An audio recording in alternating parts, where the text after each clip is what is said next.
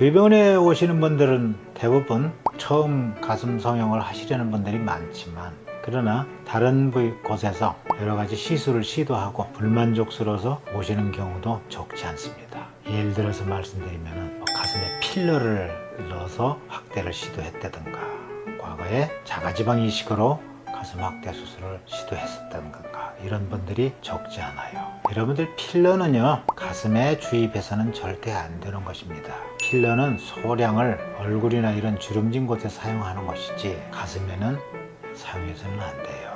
사용 못하게 또 법으로도 정해져 있습니다.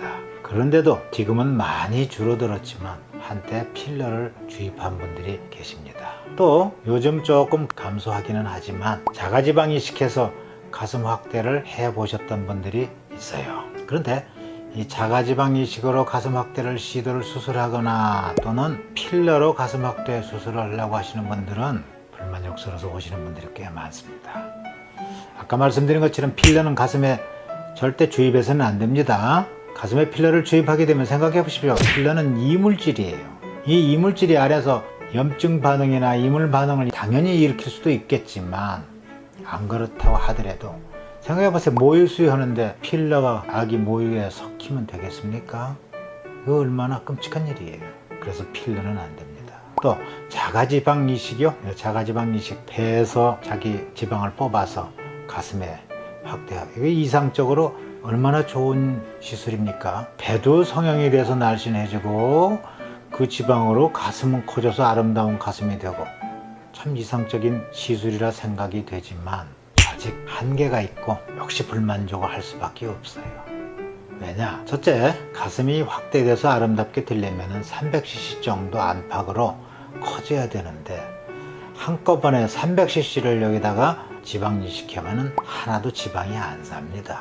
한 번 이식할 때 최대한으로 많이 살릴 수 있는 게 주로 한 50cc 정도, 많아봤자 100cc 이상은 이식한 지방이 살아남지 않아요. 그러면은 300cc 정도로 크게 하려면 이건 몇 번 수술을 해야 되겠습니까? 서너 번, 너댓 번 해야 되겠죠. 서너 번, 너댓 번 자주 할 수가 없습니다.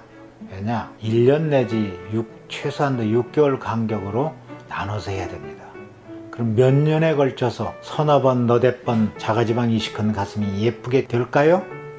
안 됩니다. 왜냐? 펑퍼짐한 가슴으로 돼버려요. 마치 살이 쪘을 때 또는 부었을 경우에 그런 가슴처럼 불룩 튀어나온 가슴이 아니고 펑퍼짐해 갖고 그런 가슴이 돼요. 그때 가서야 병원에서 뭐라고 그러는지 아세요? 일부 병원 이야기입니다. 환자분께서는 자가지방 이식으로 가슴 확대할 체질이 아니시네요. 진 다 빼먹을 대로 빼먹고서 뭐라고 그러시네요. 마지막으로 보형물을 사용해서 시도를 합시다. 결론적으로 말씀드리면 자가지방 이식은 가슴 확대할 수 있는 주요 수술이 아니라 부수적인 수술이라고 생각하시기 바랍니다. 자가지방 이식만으로는 만족할 만한 가슴 확대를 하실 수가 없어요. 가슴 확대 수술하고 거기에 부수적으로 좀 낫게 하기 위해서 사용할 수는 있어도 자가지방 이식만으로는 만족스러운 가슴 확대 수술을 할 수가 없습니다. 자가지방 이식으로 가슴 확대 수술을 한다는 게 만족할 수 있는 시술이 아니라고 그랬죠. 그런데 더더군다나 한 수 더 뜨는 경우가 있어요. 어떤 곳에서는 줄기세포를 이용을 해서 자가지방 이식과 함께 가슴 확대한다는 그런 말을 하는 곳이 있습니다. 근데 이거는 말 자체가 되지 않는 것입니다.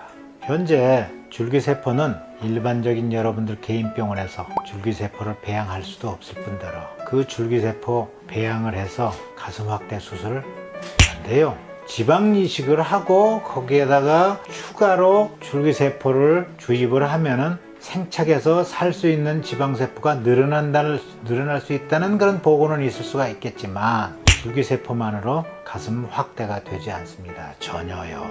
이거는 주의하시기 바랍니다. 이런 까닭에 자가지방 이식이나 또는 필러를 이용해서 수술을 했다가 불만족스러워서 오시는 경우들이 전에는 많았는데 요즘은 다행스럽게 주는 경향이 있습니다.